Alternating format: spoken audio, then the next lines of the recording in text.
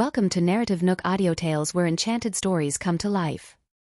If you enjoy our stories, please subscribe, like and share to support our channel. Enjoy listening. I'll make her return to where she came from. Jared hated women who were full of themselves. Okay. Ellen agreed with his approach.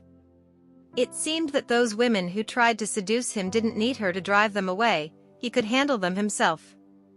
Meanwhile, Hanny returned to her room and immediately asked someone to send a car for her. She was going to the Pressgrave group. After finishing lunch, Ellen was planning to go to the chess club. This time, Mr. Linton also decided to open a chess club in Averna. Ellen was the one who provided the funds for the decoration, so he gave her a 50% stake, making her a shareholder. Wait a minute. Come with me to the company first. I'll take you to Mr. Linton's chess club tomorrow. Jared pulled her over. Huh? Why do I have to accompany you to the company? She was a little confused. I want you to sit back and watch a good show. Jared believed that Hanny was in a hurry to meet him, so Ellen had to be there to embarrass her. She thought for a moment and nodded. Okay, let's go. Hanny's car set off from the hotel and headed toward the entrance of Pressgrave Group. She no longer had the arrogance of a wealthy young lady because she was in a position to ask for help. She made an appointment to meet Jared at the front desk. Due to her urgent requests, the receptionist had to contact Stanley to arrange the earliest possible time for her to meet him. Stanley informed Jared of the message, and since he had just arrived at the company, he replied, "Let her wait for an hour before seeing me." Okay. Hanny had no choice but to wait for another hour in the lobby. Even though she was impatient, she had to wait obediently no matter what. She had to meet Jared within 72 hours, or else she would have to give money to the company that was being acquired for nothing. She was willing to wait even for a day, let alone just an hour. Ellen sat on the sofa in Jared's office. She took a rest for a while, and finally, the hour was up. On the other side of the front desk, Hanny urged again. Stanley finally reported to Jared, and he said, "Let her come in." After knowing she got the chance to meet Jared, Hanny couldn't help but let out a sigh of relief. She quickly walked toward the direction of the elevator as she was led by the receptionist to the office. In the elevator, she didn't forget to tidy up her makeup and touch up on her lipstick. She thought that as a woman, beauty was her advantage in negotiating with men. As long as she pretended to be pitiful, Jared would be soft-hearted. If she could even make him feel pity and fall for her, wouldn't that make a great story? "Miss Quinns, you're here. President Pressgrave is waiting for you in his office," Stanley said. Hanny smiled brightly. "Okay, please lead the way." "This way, please." Stanley extended his hand to invite Hanny in.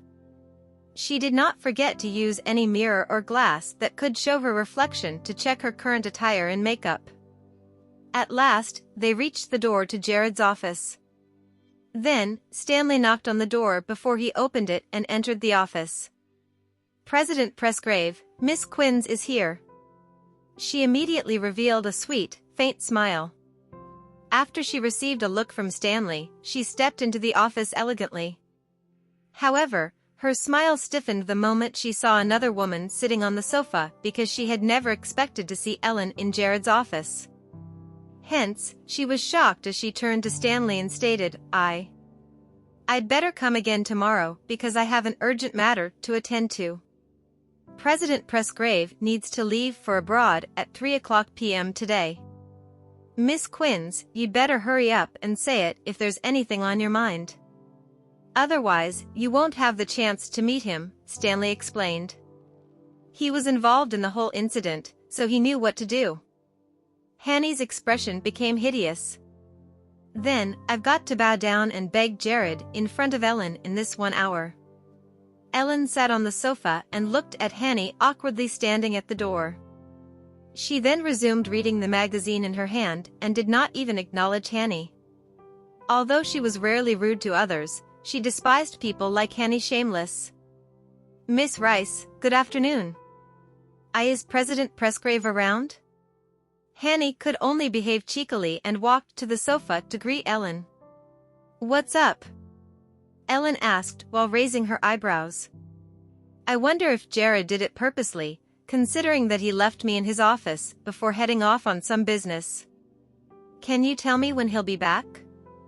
I need to see him about something urgent, Hanny questioned immediately.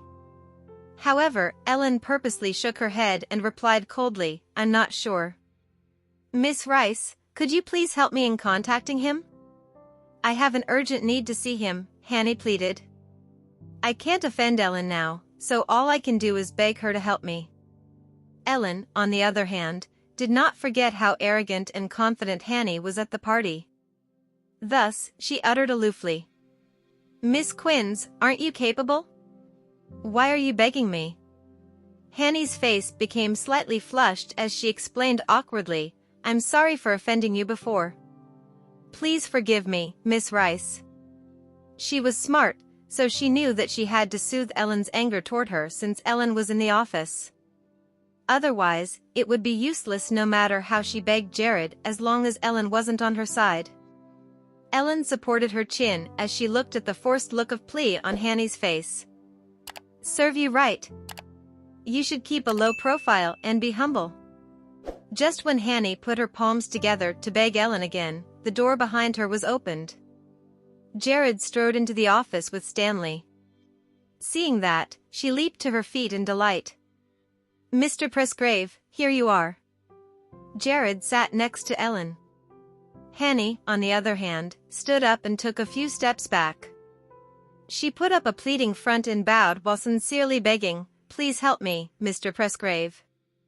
I was just fooling around. I never intended to compete against you. I was simply too naive and childish. I'm truly sorry. Ellie, did she help you cool down? He tilted his head and asked Ellen. As a result, Hanny's heart skipped a beat. She was worried now because of how much she had belittled Ellen at the party. She had no idea Ellen would have the power to decide her fate. Miss Rice, I'm sorry. Please forgive me for being so ignorant. She had succumbed to a very humble level now as she just hoped that Jared could save her. Jared glared at her, his expression was cold. Get lost and go back to your country. Don't let me see you again. Her face was deeply flushed. That was the largest humiliation she had ever suffered, but she could only endure it because she had to reap what she had sown. Will you be in charge of this project? While blushing, Hanny continued to inquire. I won't let you off the hook if your family interferes with my projects again, Jared warned. She felt humiliated, after which she quickly nodded. Okay, I'll keep that in mind. After that, she left in a sorry state. She did not forget to turn around and bow at the door, giving her complete sincerity before she left. After she left, Jared held Ellen's waist and asked tenderly, Have you cooled down? Yes. She nodded, and she never wanted to see people like Hanny again. Stanley, invite the RY Company employees over. I'll deal with them myself, he told Stanley. All right. Stanley immediately made arrangements for that. Ellen did not want to disturb Jared's negotiation, so she retired to his room to rest. When Hanny left the Presgrave group, she called and yelled angrily to her assistant. Pack up and book the earliest plane ticket to return home immediately. Her true colors were revealed once she got into the car. She bit her lower lip and glared at the building housing. Presgrave Group. This is when I've been humiliated the most, but I know that I can't offend Jared and can't afford to do so either. I picked the wrong person. If there's nothing important, I'll never set foot in this country again. It's so embarrassing. When Jared left the office with Stanley, an exasperated figure dashed toward him from the elevator out of the blue. When Stanley noticed that, he immediately stood before Jared and said to that person, Mr. Turner, what can I do for you? President Presgrave, I heard that you refused to let my son take over my position. Is that true? Mr. Turner, your son taking over your position goes against company policy.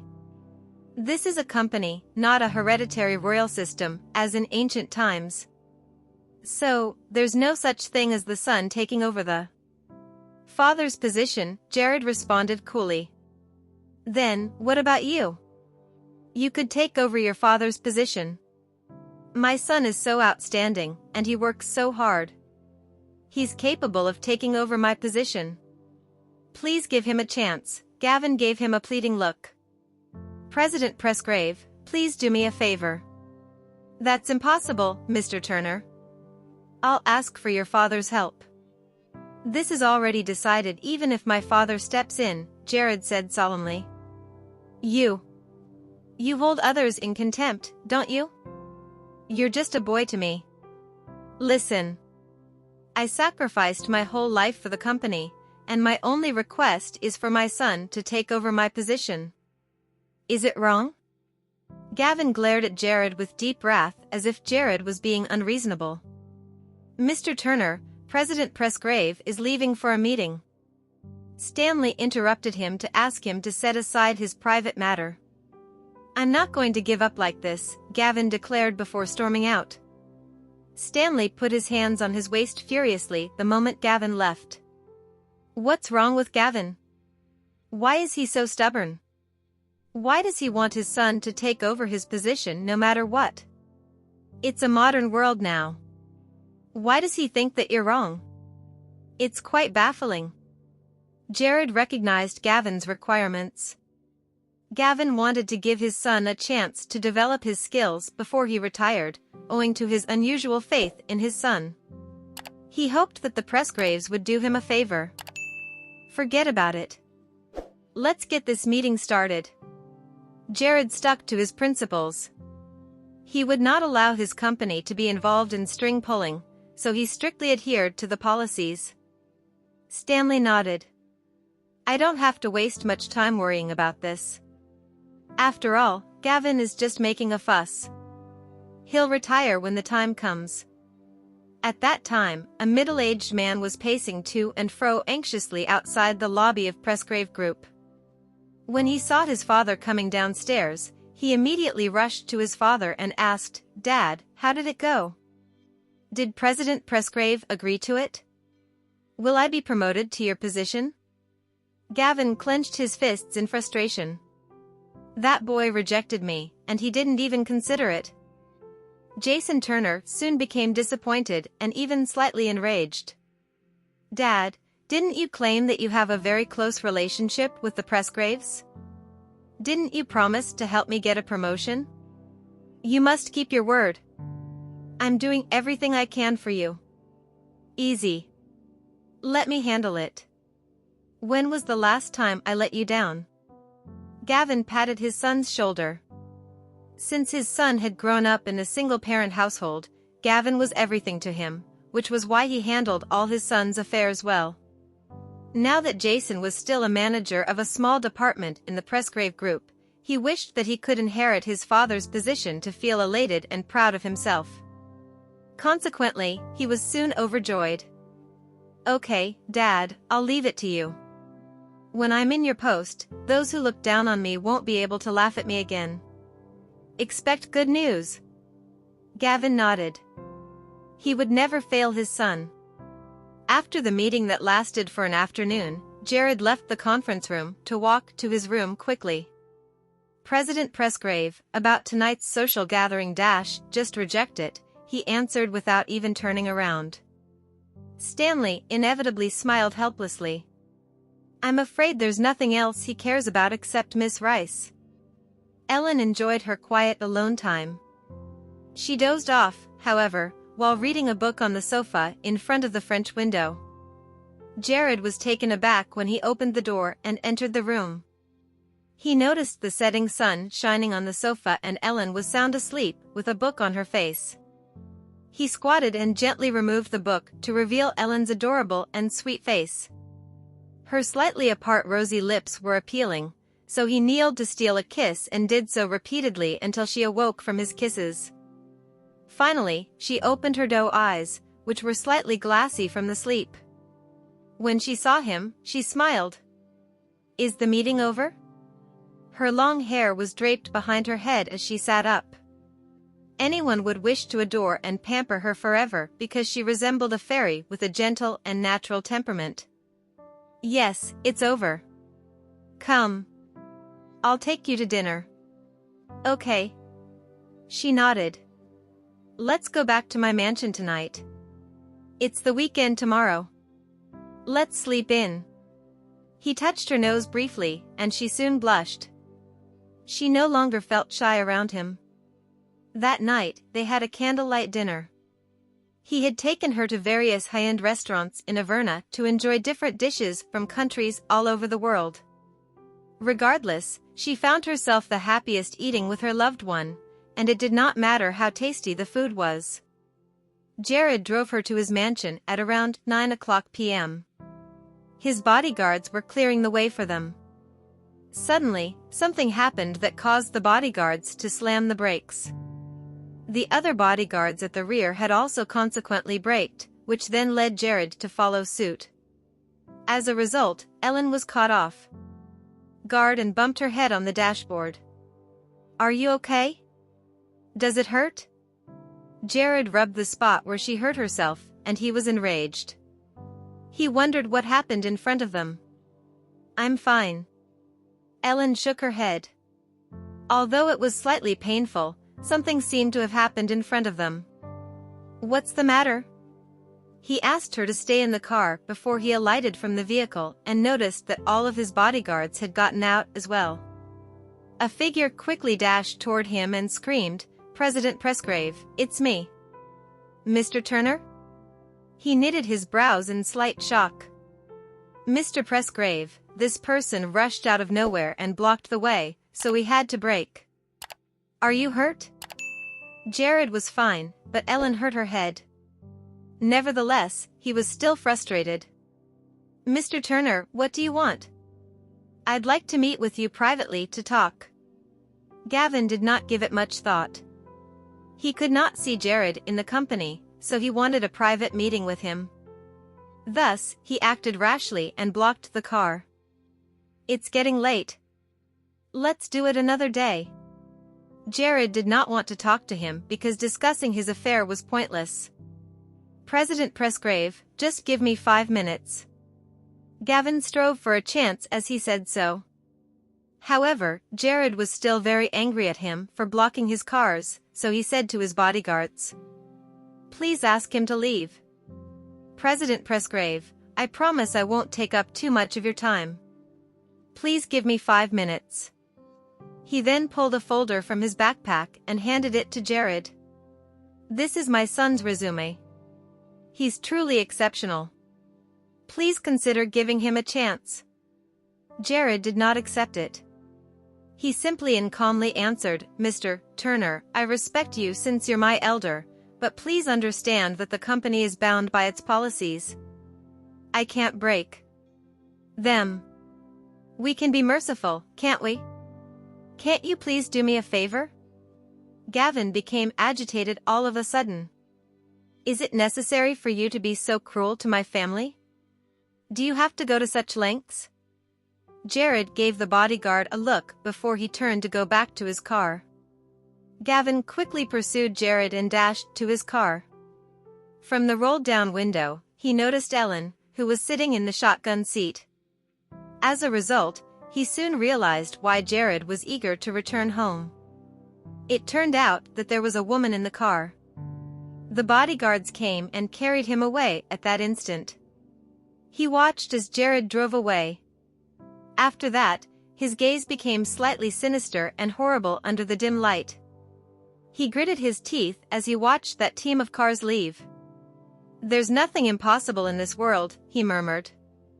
Sitting in the car, Ellen could not help but inquire curiously, "Who was that?" Jared did not want to frighten her, so he explained, "He's my senior staff, and he came to discuss something with me." "It's late now. Was it anything urgent?" "He made a very unreasonable request, so I refused him," he elaborated. "What was his request?" "He's about to retire, but he wants his son to be promoted to his current post before his retirement. I didn't promise him that, so he's been begging me about it these few days. However, rules are rules. It's prohibited to break the company's policy, he explained patiently. That is, in fact, against the rules. After hearing the entire story, she concluded that the employee mentioned was indeed out of line. I'll strive for more benefits for him in terms of pension, but I can't help him with the other stuff. Jared could only help him so far. It was already dead of winter, but the warm bedroom was as warm as spring at night. Nobody was around to interfere with their private moment, so it was a pleasant experience to snuggle in bed and watch a movie projected on a screen together. That night, Jared and Ellen both chose a slightly romantic film to watch and only went to bed late at night. He went to the chess club established by Brooke Linton with Ellen the next morning. It was still under renovation, but Brooke was very happy at how supportive she was toward his attempt at re-establishing the chess club. He was confident in nurturing better chess players and teaching more people about chess, so this game could be fostered and enhanced as it was passed down from generation to generation. Gavin's gaze was fixed on Ellen as he recalled her sitting in Jared's car last night. It seems that this girl is Jared's girlfriend. That means someone he cares about deeply. Ellen felt uncomfortable being stared at by him. At this moment, her assistant walked in and apologized. Miss Rice, sorry for disturbing you. Mr. Turner, this way please. He has time for women, but not for his staff, he complained with a hint of arrogance as he emanated a strong sense of domineering. After he left, Ellen patted her chest lightly while thinking that Jared must have a headache managing this kind of subordinate. In the conference room, Gavin searched for Jared one room at a time and finally found him in the fourth conference room. He was meeting with several foreign guests, but Gavin ignored it and walked in. President Presgrave, let's talk after the meeting. Jared's eyes suddenly became sharp. Gavin, can't you see that I have guests? I'll wait for you outside then, Gavin said as he pushed the door and went out. After waiting for half an hour, Jared got up to send the clients out, and Gavin immediately came over. President Presgrave, can we talk now? Jared said to him, let's talk inside. Gavin was excited that Jared finally allowed him to talk. He said eagerly, sure, sure. After the conference room door was closed, Gavin took out his son's resume and copies of his academic qualifications again. President Presgrave, this is my son's resume and academic qualifications. He excels in everything, and I believe he can take over my position. Besides, even if I retire, I can still support him from behind. He can take up this position. Please promote him. Jared folded his arms and squinted his eyes as he looked at Gavin. Gavin, as a senior employee of the company, you know the company's rules best. I don't need to explain them to you. Gavin's face changed. What? I'm already begging you. Can't you make an exception for my son? There are exceptions to everything. You inherited your father's position, so why can't my son inherit mine? Jared looked at him. He was not only stubborn but also desperate. Jared knew that Gavin had raised his son alone and how much he cared for his son. But this was the workplace, and he couldn't overstep his authority. Gavin, I can apply for the highest amount of your pension for you. When you retire, you won't have to worry about life. How about that? Jared suggested as he tried to negotiate. Do you think I need money? I don't need money, and I don't use much of it. What I want is to let my son take my place. Gavin insisted, but he couldn't explain why he wanted his son to be promoted. His son had always complained to him about being looked down on and bullied by others, which made him feel heartbroken. He had only one son. How could he let his son be looked down on by others? He wanted to use his last bit of power to help his son so that he wouldn't have to suffer any more grievances from society. No. Jared calmly refused. Gavin's actions froze. He looked at Jared's expression, which indicated that there was not room for negotiation. No. Jared, do you look down on my son too? He asked. It's not that. He just doesn't have enough ability yet to take on the position of vice president. He still needs to continue to hone his skills in the middle management of the company for a few more years, replied Jared. Gavin was about to lose it, but he held back. Just then, he suddenly knelt in front of Jared. Jared was surprised and quickly reached out to help him up, but he refused to get up. He pleaded, President Presgrave, I'm begging you. If you don't agree, I won't get up. I only have one son, and I hope he can have a bright future. I promised him that I would fight for him, and I cannot break my promise. Jared took a step back. His handsome face tightened, and his voice became colder. Gavin, are you threatening me? No, I'm begging you. I can give up everything, but I can't let my son be bullied in society. As long as he takes my position, no one will dare to look down on him, Gavin said, not afraid to express his demands. You can help him for now, but can you help him for a lifetime? I don't know if your son is outstanding or not, but the fact that he relies on you for everything shows that he is not a responsible person. Jared pointed out. As long as I'm alive, I'll always help him. This is a father's love for his son, Gavin said. That is not called love. You're just spoiling him. Jared corrected him. What do you know? My son has been living his life without a mother since he was young and has suffered too much. Besides that, I've been too busy to take care of him, and I owe him too much. So, I must help him no matter what. President Presgrave, please have mercy on me and agree to my request, Gavin begged. Jared had originally wanted to persuade him, but now it seemed that talking to him was just a waste of time. He could only be stern and remind him that the rules in this world were cruel. Gavin, get up. I'm telling you clearly that it's impossible for your son to be promoted. After that, he picked up the documents on the table, turned around, and pushed the door to leave.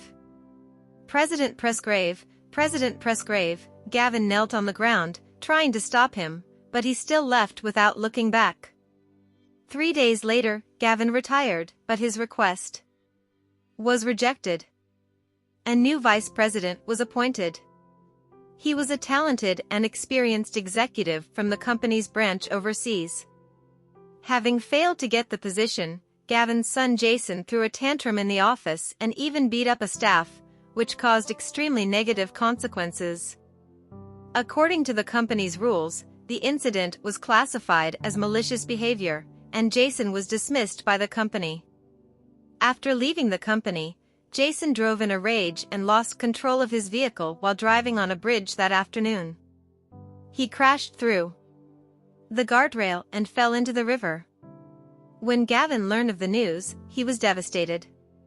He was supported by several of his former subordinates to the police station, where they showed him the footage of how the entire event happened. The police classified the incident as an accidental suicide. No, my son wouldn't have committed suicide. He was murdered. Gavin couldn't accept the news and caused a scene at the police station.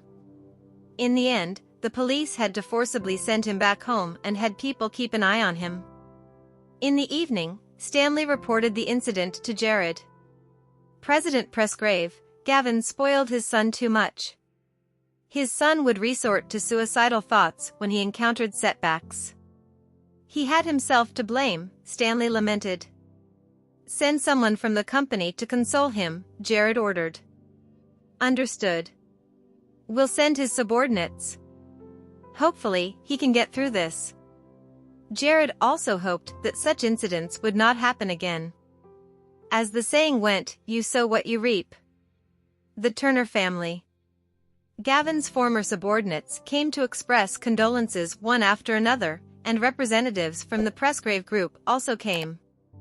When they handed over condolence money, he suddenly raised his hand and scattered the cash all over the place as he shouted angrily, Get out of here.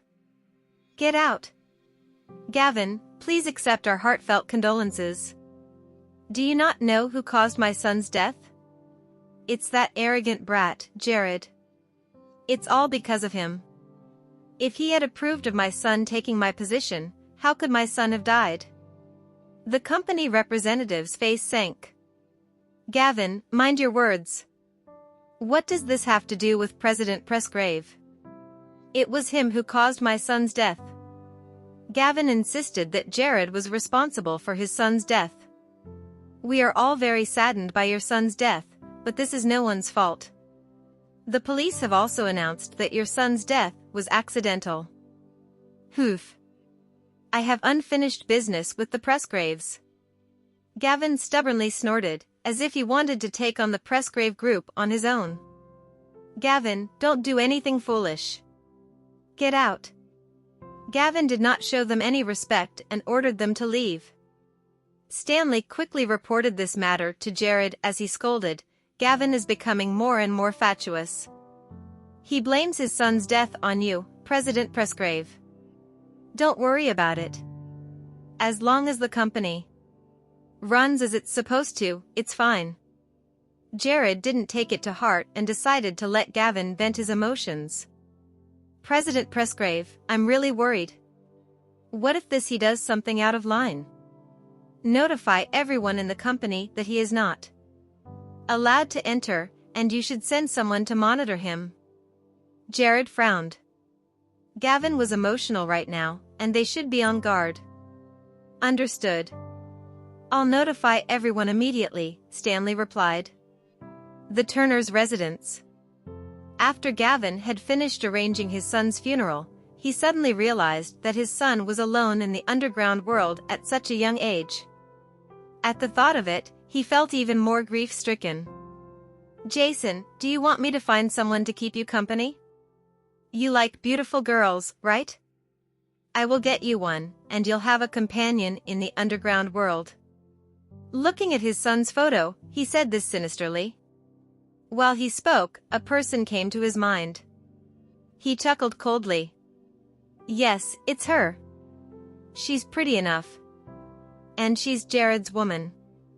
Jason, I will make sure you're respected in the underground world by giving you Jared's woman. Don't worry, I will deliver her to you soon. That girl's name seems to be Ellen. He had heard of Ellen before in the company, as he knew that Jared was pursuing her. That was the reason why he recognized her name. Moreover, he knew something about her. She was the champion of this year's chess championship. Therefore, it wasn't too difficult to find her.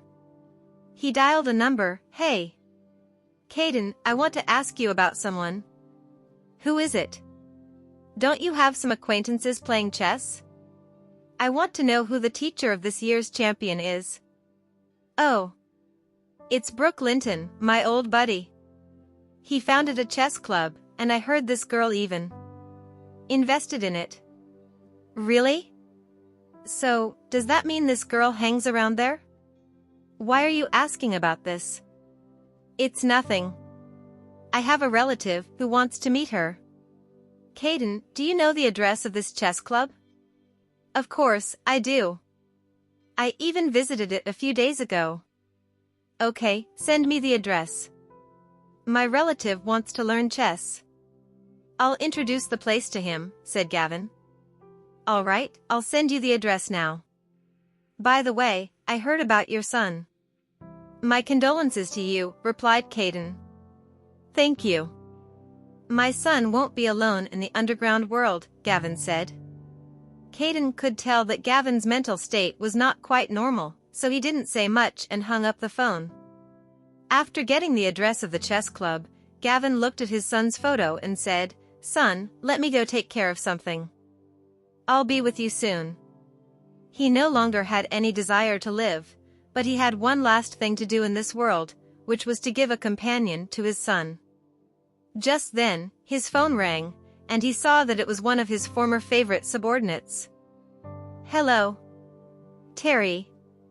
Gavin answered. Gavin, when I came to see you just now, I saw a few people from the company outside your building, Terry reported. Gavin's face instantly changed. It seemed he was being monitored by people from his ex-company. That would mean that he couldn't handle this matter personally. Otherwise, he would be taken down by Jared's bodyguards before he could even kidnap Ellen. Gavin sneered. Jared pressed grave, do you think I have no other way? Even if I have to spend all my fortune, I will still bring your girlfriend to accompany my son in the underground world. This is what you owe him. Gavin was wealthy. He had just received a large sum of pension, and combined with his salary over the years, he had about $1 million of fortune. With this money, he could easily hire someone to kidnap the girl. Early in the morning, Ellen went downstairs alone to the supermarket to buy some daily necessities. Jared was busy these few days, so she and Jared had returned to live in the house he prepared for her. Their cohabitation life was full of sweetness and happiness. Looking at the cute teacups on display, she couldn't help but bend down and admire them while hesitating whether or not to buy them. Thinking that there might not be a need for so many cups at home, she eventually just admired them and bought other things instead. She was enjoying herself shopping lazily. As if time had slowed down. Just then, Ellen arrived at the food section. She wanted to cook dinner at home tonight. Although Jared dined at high-end restaurants every day, it would be nice if he could eat some homemade food occasionally. She was just about to approach the meat section when a strong fishy smell pierced her nose, causing her to feel instantly nauseous and her stomach churning. She quickly covered her mouth, trying not to make a sound. Fortunately, she managed to suppress it, but she dared not approach the area where the meat was sold again. After that, she breathed a sigh of relief and walked toward another area to breathe in some fresh air. However, she felt strange inside. Why did she have such a strong reaction today? Usually, when she smelled something unpleasant, she would simply dislike it, but her body wouldn't react so strongly. Ellen walked up to a rack and looked at some sanitary pads, after which she suddenly remembered the last time she had urgently asked Jared to go to the supermarket and buy some for her. Although she wasn't shy to ask him to buy feminine hygiene products for her, it was also not pleasant to always make him do it. So, it wouldn't be a bad idea to buy some in advance. As Ellen was browsing through the brands, she couldn't help but recall the date of her last period. As she calculated, she was shocked to realize that time had passed by so quickly, and it had already been a month. Her period was now 1 week late. Wow, have I been too comfortable lately that I didn't even notice time passing? It had already been a month and her period was 1 week late. After looking at the date, she slapped her forehead as she concluded that people in love were often slow. Yep. Better buy some today in case it comes at any time. After picking out what she needed, she went to the checkout and stood in line behind a young couple. Just then, an old lady had a freshly killed fish in her basket, and the fishy smell wafted through the air. The girl in front of Ellen suddenly covered her mouth and retched, and Ellen also covered her nose. This fish is too smelly, and I can't stand it. I'll go to the front and wait for you, the girl said loudly, looking uncomfortable. The old lady who bought the fish was instantly unhappy. It's just fish smell. She can't even handle it? Doesn't she eat fish? She grumbled. The girl's husband smiled and explained, sorry about that. My wife is pregnant, and she can't stand the smell of anything fishy. The old lady's expression changed and looked better as she said, oh, I see. Ellen, who was standing behind them, was shocked to hear this. She suddenly remembered the night at Jared's villa when they were out of condoms. When he offered to drive out at night to buy some, she felt sorry for him, so they had done it without protection. At this moment, she felt her face burning hot. Did I win the jackpot with just one night?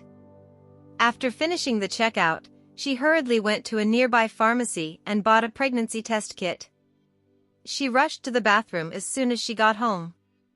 Even though she was mentally prepared, she was still horrified when she saw the 2 lines appear on the test kit. Gosh, how am I so lucky? She washed her hands and came out of the bathroom blushing. Sitting on the sofa, she debated with herself what to do next.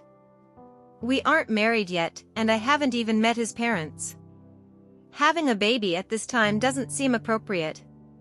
However, the baby came, and it was a joyous occasion. It was just that it came a little too early. Ellen was considering whether she should call Jared to tell him or wait until he came home tonight. Before she could make a decision, her phone rang. She picked it up and saw that it was Brooke calling. Hello, Mr. Linton. Is this Ellen Rice? Mr. Linton just got hit by someone and is in the hospital. Can you come over? What? Is it serious? Which hospital? Ellen asked anxiously. He broke his leg, but it's not that serious. He's at General Hospital. Come over quickly. Ellen grabbed her bag from the couch, held her phone tightly, and rushed out. Brooke was already 70 years old this year and couldn't afford to take a hit like this. At this moment, outside the hospital, several people who looked like gang members were smoking and chatting in a black MPV. Will this trick work? Will it attract this girl over? I heard she's Brooke's direct disciple. She'll definitely come. This girl is really pretty, huh? What are you thinking? Before we get the money, you can't mess around. Remember the 500,000. After we get the money, you can sleep with whatever woman you like. There was laughter in the car as they dreamt of getting a large sum. Kidnapping someone wasn't their first time. The leader's phone rang, and he answered, Hello. Boss, that girl just got out of the taxi and is walking towards the hospital. Should we take action now? No, wait until she finishes visiting Brooke and comes out. Besides, we have someone to help us, and he'll bring her to us. Ellen walked quickly towards the ward, pushed open the door, and saw Brooke sitting there with a bandage wrapped around his leg. 2 disciples from the chess club were taking care of him. Ellen, why did you come? It's just a minor injury. Brooke felt sorry for her making the trip. Who hit you? Ellen sat down and angrily asked. At this moment, a gentle-looking young man with glasses walked in and apologized. I'm sorry, it was me. I didn't mean to do it. I accidentally knocked him down. Ellen glared at him and then asked about Brooke's condition. The doctor suggested that Brooke should be observed in the hospital for 2 days. After chatting for 20 minutes, Brooke insisted that she head back first and he would call if there was an emergency. So, Ellen finally left with relief. As she exited the room, she saw the man who hit Brooke standing outside the door. I'm sorry, miss. I didn't mean to hit him. I will take full responsibility for the medical expenses, the man said apologetically. Leave your phone number, and we will let you know the specific cost when he is discharged, Ellen replied. He immediately pressed the elevator button for her and said, Okay, don't worry. I will not shirk my responsibility. He then handed her his business card, which had his phone number and address. Ellen took the card and left the elevator quickly. The man followed her and asked, Miss, where are you going? Can I give you a ride? No, thanks, Ellen rejected. The man followed Ellen out all the way, and just as she stood at the intersection, a black MPV suddenly stopped in front of her. The door opened, and she thought someone was getting off, but unexpectedly a huge force pushed her towards the van compartment from behind, and a man inside quickly stretched out his hands and pulled her in with great strength. Ellen could not call for help. She was pushed into the van, and the person who knocked Brooke over also got in. Her hands and feet were pressed and bound no matter how she struggled, and even her mouth was taped. Thank you for listening. If you have enjoyed this story, please like and share so others can see it too. Also hit the subscription button and notification bell so you can be notified on our next release. Thank you for your support. God bless you.